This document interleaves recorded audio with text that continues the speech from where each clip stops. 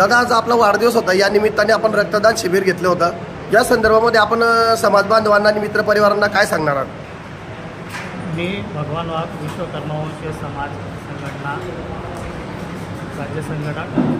मी हे समाजाला आव्हान करू इच्छितो की त्यांनी रक्तदान करावं. रक्तदान हे श्रेष्ठ दान असतं, महादान असतं.